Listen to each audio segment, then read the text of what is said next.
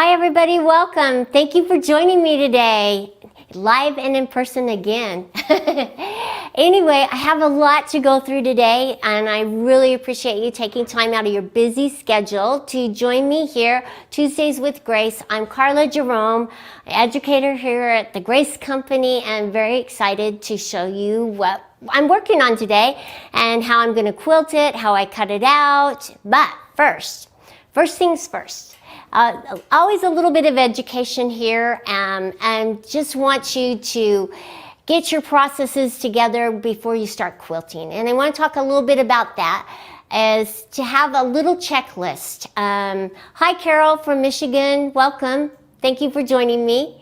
And so it's really important that we have this process, that we don't miss any steps as we're setting up our quilts for quilting, and just it'll make the process that much easier and better for you as you're moving forward. So if you don't have a little checklist or process, now is the time to really go into the new year that you do set one up.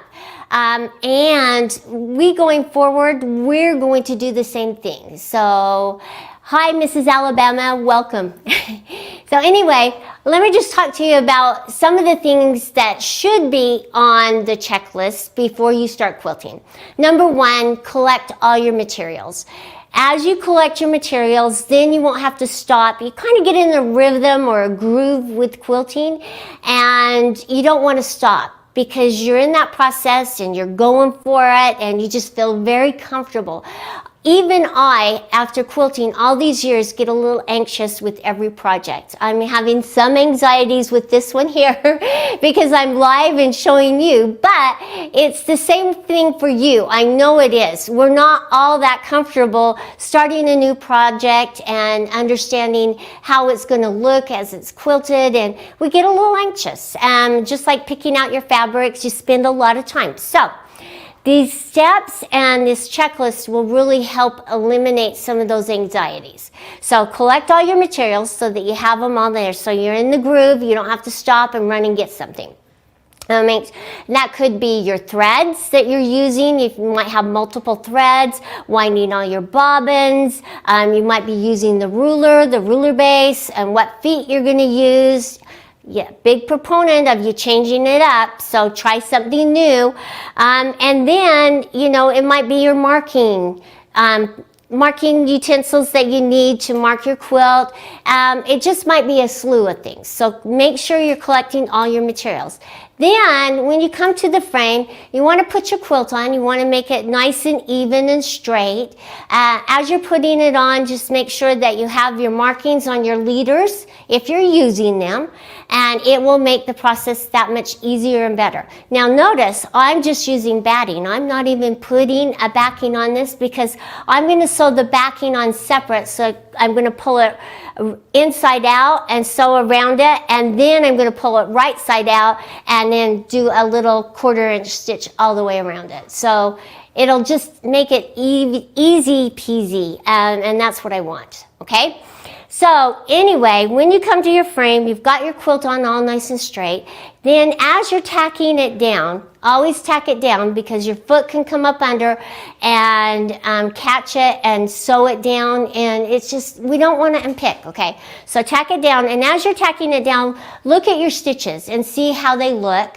Make sure that you put a new bobbin in. Change your needle. That's another big one. Every quilt, you should change your needle. We're not that great here at doing that, but you should be doing that every time. The needles get dull and they can kind of tear the fabric when they start getting dull. So make sure that you're checking your foot height, that it's adjusted so you don't have skip stitches.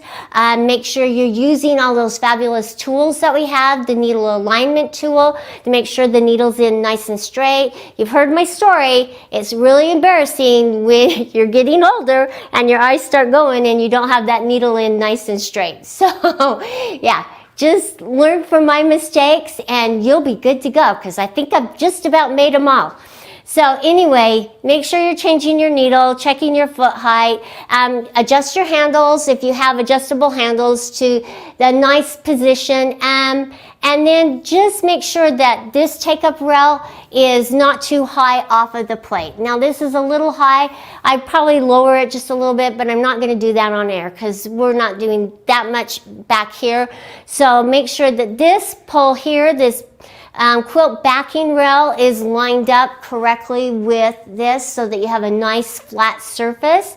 And then let's check our cords and the movement of our carriage. Nice thing to do before you start quilting. And as I was doing it, I said to Brian, I said, remind me, because I felt this thread. Even if, so there's this thread caught there, and we've got the cameras back there so you can see it. So I'm going to run back there and pull the thread. But it's wrapped around one of those wheels, and you can feel that, especially when you're free motion quilting. It was probably there.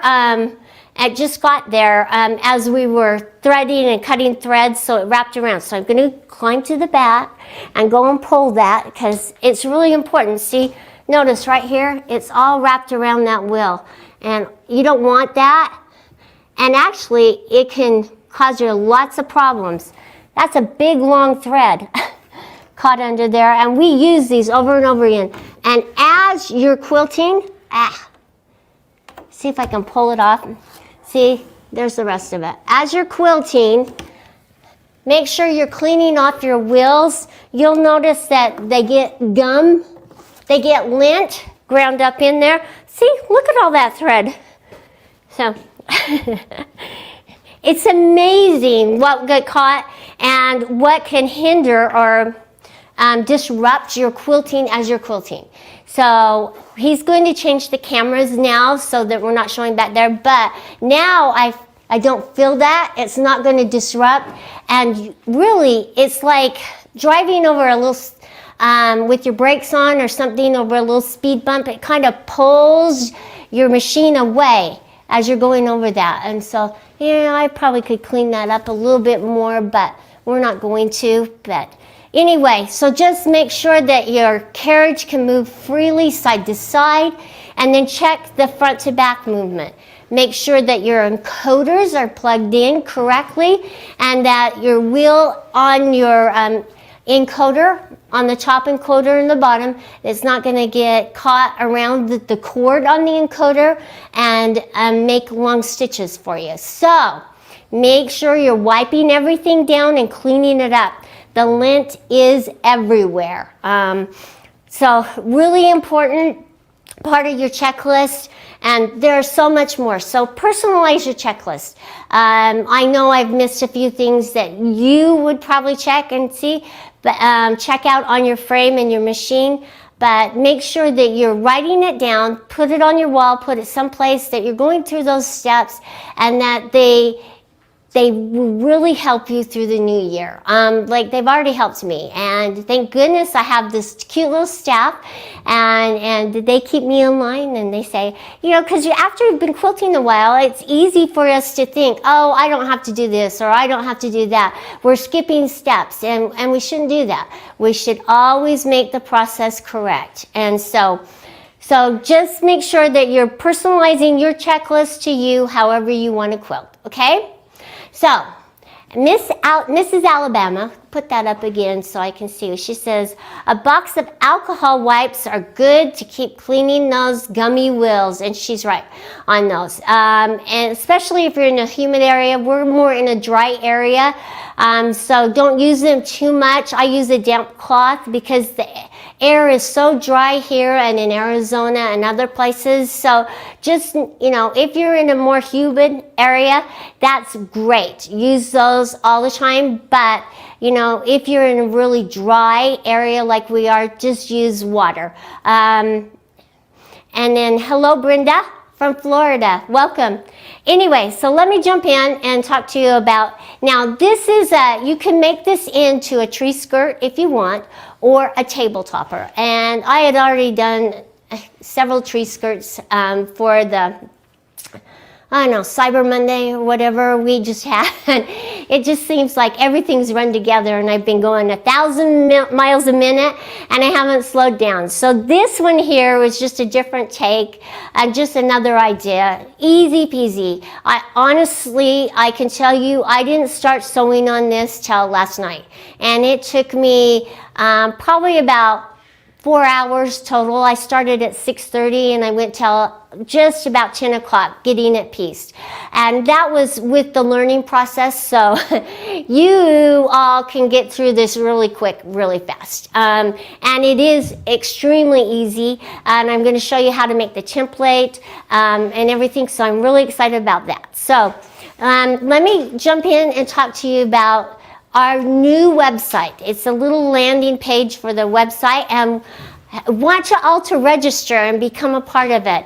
And the reason is that next week we're giving away a little giveaway for all of you that are registered. And then at the first of the year, to bring in the new year, I'm even doing a larger giveaway. So I want you to make sure, and here it is on the screen. It's Tuesdays with Grace, and you'll notice that right there it says register across the top, right next to the login. I want you to go there and register, and then you'll see down below there's all these great things, and it shows you the workshop and events, and that's what you're watching live now is my tree skirt. And then you can add that to your calendar. I'll pick all the ones that you want, so we'll have a nice schedule for you. And then you'll get deals is the next one, so you can get the deals and promotions.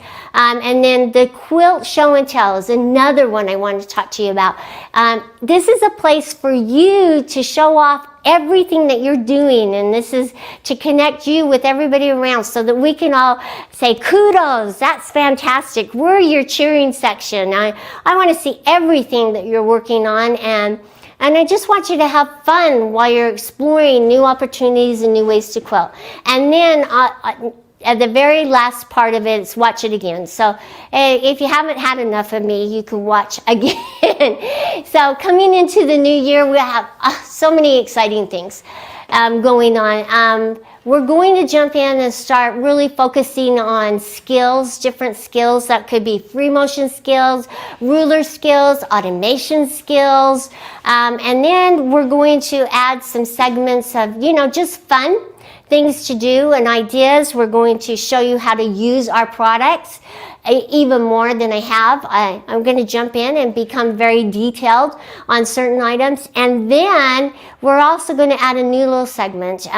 We know that a lot of grandmas and moms and dads are homeschooling kids, and we're going to come up with a kids section with ideas and a little teaching section, because I have some really good educators for young kids here, so I'm full of ideas. I love working with kids too. So we've got so much to offer and bring to you in the coming year. I just want you to stay a part of us and join us. And if you have any ideas, you can email me at Karla with a K, Karla at graceframe.com.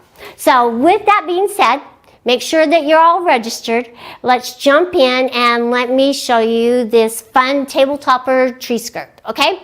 So I'm going to come over here to my little cutting table. It's just a little one because I already showed this. So I want to talk about cutting out my template first, because I used a larger 60-degree triangle than what we sell here, okay? And so I want to talk to you about, so I got a big piece of paper, and what I did is I cut, and this is actually the wrong side of the mat, but that's okay. I found my 60-degree on the mat, and I cut the one side. Then for this one, I measured with my ruler from that side that I cut 17 inches, okay?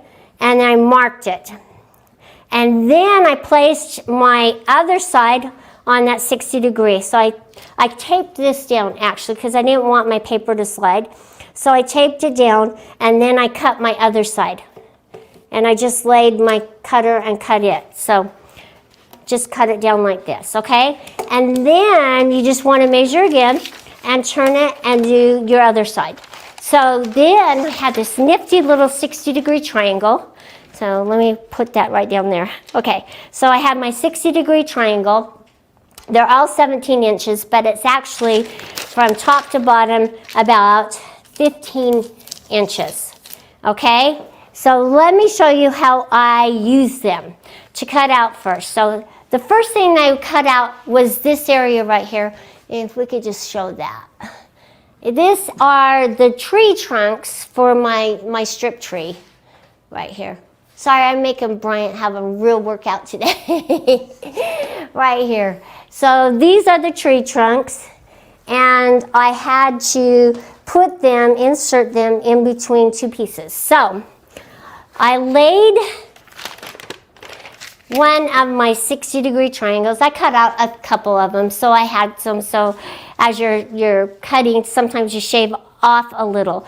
So this was an experiment because I wasn't quite sure how these were going to come together. I was a little concerned. So what I did is I cut out one. That was my experiment piece. I always do that, and that's maybe one of the tips that I could do for you, tell you to do. If it's a new pattern, new design, just do one piece. Don't cut any more than that. That way it will save the fabric. So if there's a problem with the pattern, because who hasn't bought a pattern that there's been a small mistake and you cut it wrong, or it's like not going together correctly? So just make sure you're doing one first, okay? And then you can see how it goes together. Don't cut any more out. That will save you a lot of heartache and headaches, and that is another lesson learned. And that's what I do. As I'm developing these patterns and designs, I will always do one first and see how it goes together, and then I will start cutting out, and that will save you a lot of fabric. So, a lot of wasted fabric, because then you have to put it in your little bin of scraps for your next scrap quilt. So anyway, so I cut out my 60-degree, I folded it in half, and then I lined it up right here on this. So let me put this off here. Okay, so I lined it up on one of the lines to cut it in half. And so I always line it up, so I make sure that this tip right here is lined up on one of my lines, and that I have the bottom just nice and straight on the bottom. So I want to move it over just a little bit. And I know it's kind of small, and I have, and then you're going to just lay your ruler on it, and then you're just going to cut it in half. And notice you'll have a right side and a wrong side, a left and right side is what I'm trying to say. And then what you're going to do is cut out your trunk. So I found that as you're cutting out your trunk, if you started from the bottom and sewed to the top, it was easier for you to align everything, and then you could put this on and pin it. So I folded it. I have all these steps right here. So I folded it in half to find my center, and you could iron it too. You could iron it so it's nice and folded, and creased it. And then I used the crease on this one, and I pinned it. And then I was able to cut it nice and straight. So you want to pin it down, and once it's pinned down, it's not going to shift or move, and just want to make sure that the bottom's all lined up. So make sure you're cutting that off, and this is all in the instructions because they're little steps that I learned. Okay, so the first one I did, I started from the top, and I just want to show you what happened, because I was trying to think it through correctly, but I started at the top, and notice how this side is a little smaller, and as I was cutting it out, it wasn't going to line up correctly on one side to the other and look even. So that's what I learned, okay? So I probably could have used it if I just lined things up correctly, but it will make it easier for you to add that trunk in and then cut off the excess. So this is what it looks like. So you'll just want to pin this down with your template, and you know what? You can make it whatever size you want. Just as long as it's a 60-degree, You can cut it to whatever size you want it to be, and then you're just going to cut along that edge. And see how nice it makes it so it doesn't shift on you. Okay, so there are the trunks, and just cut them out. The other is just really easy. We had my plain fabrics. There were 12 of these to go around the top, and there were 6 of these, and then there's 6 trees. So the trees, easy peasy. You'll cut them out. If you're using my sizing, you're going to cut them out 3 inches wide, okay? I cut these out at 2 3/4 thinking that was going to be enough, and it wasn't.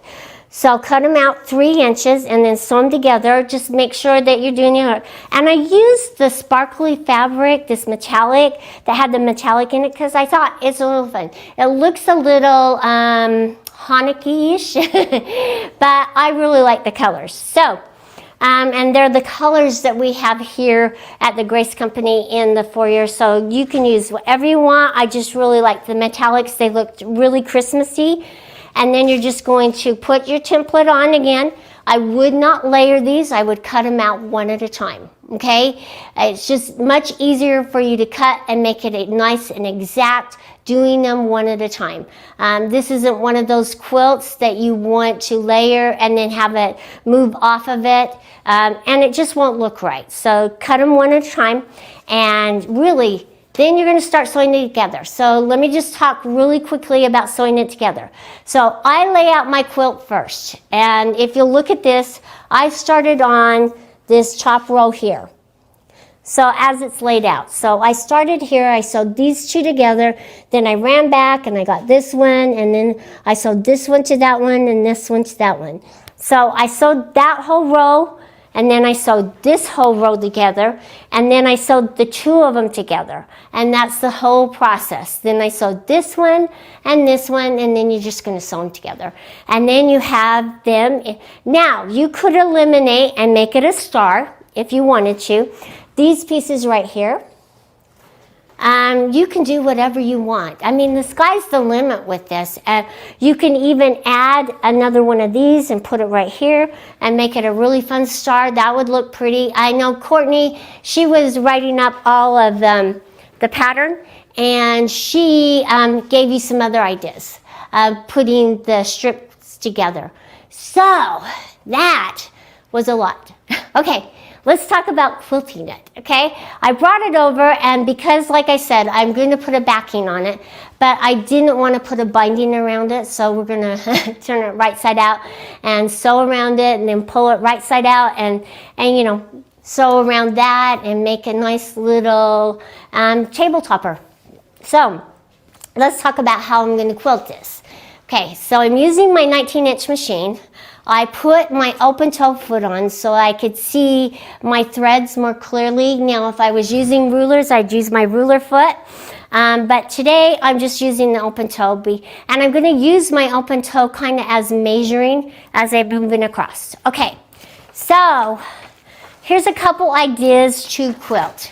And always, always, always, I doodle the designs till I get really comfortable with them, and then I come to the quilt and I start quilting. So make sure that you're comfortable with the movement of the design and confident, because we don't, you know, if you don't like it, it's not going to be very fun to unpick, okay? So I've got this gray variegated thread. I can't remember what it's called. So this is called Mountain Mist, okay? And I'm just using my solid gray, my smoky quartz. I really love smoky quartz for the bottom. All right, so I changed that. And now all I'm going to do is, and you don't have to use your marking pencil. I told you if I found a pencil that I really like, and I really like these Fons and Porter chalk pencils. They remove very easily, and they're just a good pencil. So if you can find a package of them with different colors, go for it, because they really are nice. And there's a good eraser on the top, and I use the eraser all the time to erase things. So we're going to draw just a rough 60-degree triangle. So I'm going to give you a couple of ideas. So Brian, do you want me to hold it up like this? Just leave it. Okay, all right. So I'll have Bryant jump in here so you can see who he is. He's awesome. Anyway, so what I'm going to do is a figure eight. So it's a figure eight all the way down. I thought that looked really festive, and it'd be kind of fun for us to work on the figure eight. Who doesn't want to work on their figure? I do. Okay, so anyway, you're going to start at the top, and you're just kind of going to do this and kind of do a little loop. And you're just, maybe it's not a figure eight, maybe it's an L. And you're just going to come across, and you're just going to practice that over and over. And see how I get a little bigger as I'm going down? But it's kind of cool. And you can purchase a figure eight design for the automation, but why not practice our free motion skills? Okay, so that's a figure eight. And it's what I'm going to do in one of them. But here, if you're not comfortable with looping back and forth and back and forth and back and forth, let's try a different design, okay? This is more little circles, and I thought it looked really fun and kind of festive because it reminded me of ornaments on the tree scattered all over. And so all it is just kind of like a little loop going back and forth, up and down.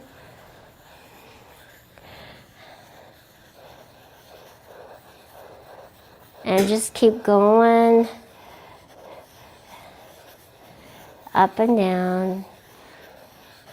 And it's just kind of like the figure eight. You're just going back and forth. Now we can make it a little more extreme, make a couple bigger, a couple smaller. So if you're not very comfortable, and if you have a hard time going back and forth, go around it a couple of times to get back to where you need to. This is also a fun design, a fun way to do it as well. And maybe not so close together, maybe you want to spread it out a little more. So let me kind of go right here. So we're doing it a little more, we're going to spread it out a little more. This is why doodling is so important. See, as I spread it out a little more, I get a little bit more space in there. I want to go around this again to kind of do that. And if you get to a part where you, on your quilting, are not comfortable with, and it's like you're in a corner, and you don't want to go around, you want to get out of that corner, I just go around the design. I keep going looping up and down. That's why that open toe is really nice. And then I'm to the area. You're going to come back. Say I'm going to come back here, and then I'm going to come out here. I still have a lot to learn when it comes to free motion quilting, but I really do like to explore other opportunities. So that's kind of fun too. Kind of looks Christmassy. So you can choose either or how you want to quilt it. I'm going to set this off to the side here, and now I'm going to take my my chalk pencil, and I've already done it here, but I'm going to talk to you about your design, okay? Notice that you have the long edge and then the point, okay? Now, with these designs, it's easier to start at a point and move your way down in. And I don't think it necessarily will hurt if I, do two different designs to show you. I don't care. Anyway, so you could start right here and do your loops, or you could do loopy travel, and then your figure eight on these two, kind of so you'll have 6 and 6 of the same design, but it kind of changes it up. So you decide how you want to quilt it. So I'm going to start here at this corner here, so it's going to kind of change direction, which will be kind of fun. So you're just going to go back and forth and draw it on. Now, notice how I have it tacked down. We probably don't want to go all the way to the edge because we'll have our binding on, but it may not hurt either. And I'm just going to go back and forth. This is such a fun design. You just kind of get in the rhythm of it.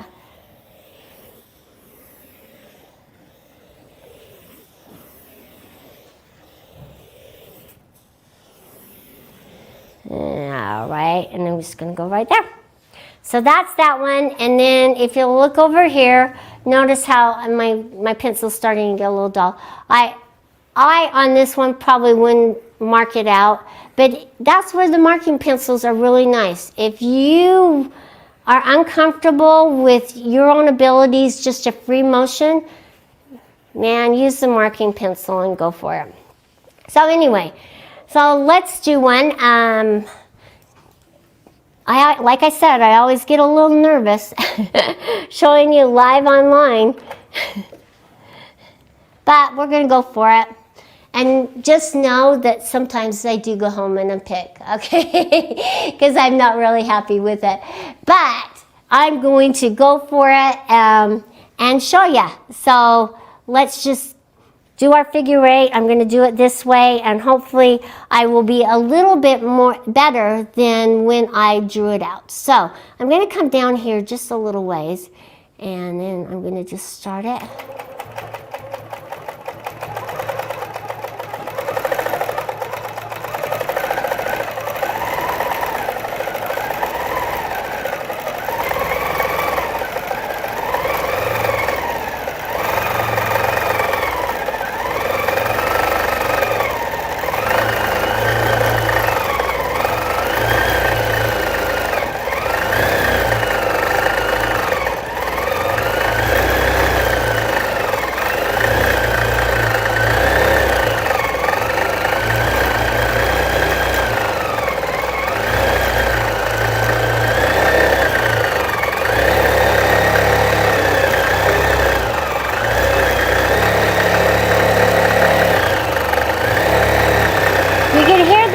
Regulation, speed up and slow down.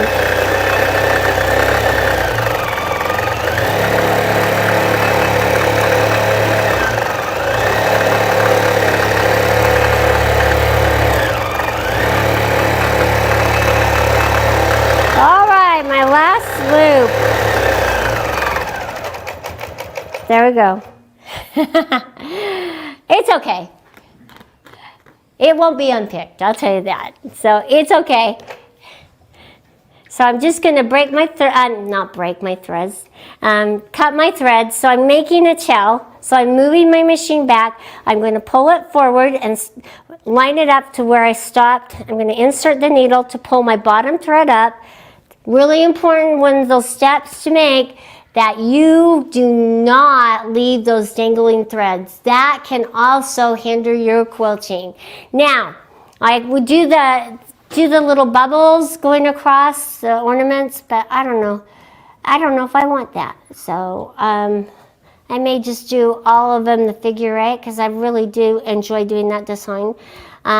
So just try it, just practice it. It's a lot of fun. And just learned something new. It turned out really nice. So actually I got this from the Cooking Network, the cookie contest that they have.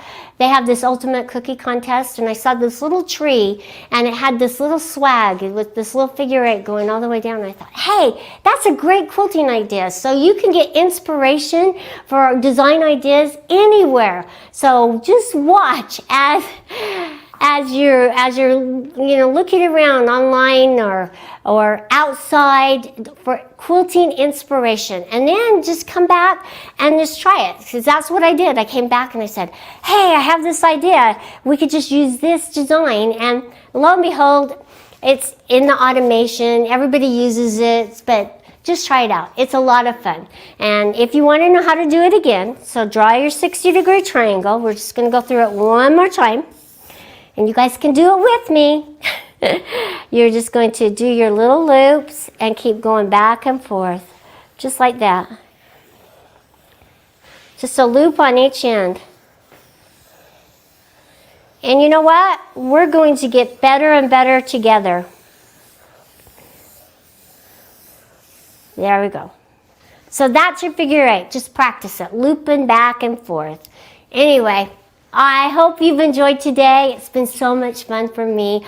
I really love quilting, and if you don't know that by now, as you join me every week, you will learn that I really do. I enjoy the process. I like inventing things. I love coming up with my own ideas, and I just hope that little spark of enthusiasm can be shared with you each week. So thank you again for joining me today. I truly, from the bottom of my heart, from my sweet mom, appreciate you taking time and spending it with me every week, and make sure that you register, because I'm so excited about my giveaways, and throughout the year we're going to do some great exciting things. So I will see you next week with it's kind of a take on a nutty, nice, we'll say nice kid blankie, so you can give it to your kid who's been really good. And they can sleep under it waiting for Santa. So anyway, thank you. Thanks, Francis. I really appreciate it. And I do encourage you all to do your checklist this week. Just think about it, and then start writing things down. And so that's my one skill share that I want us to start doing and really working on, so that we don't skip processes and things that we should be doing ahead of time. So I will see you next week. Take care. Bye-bye.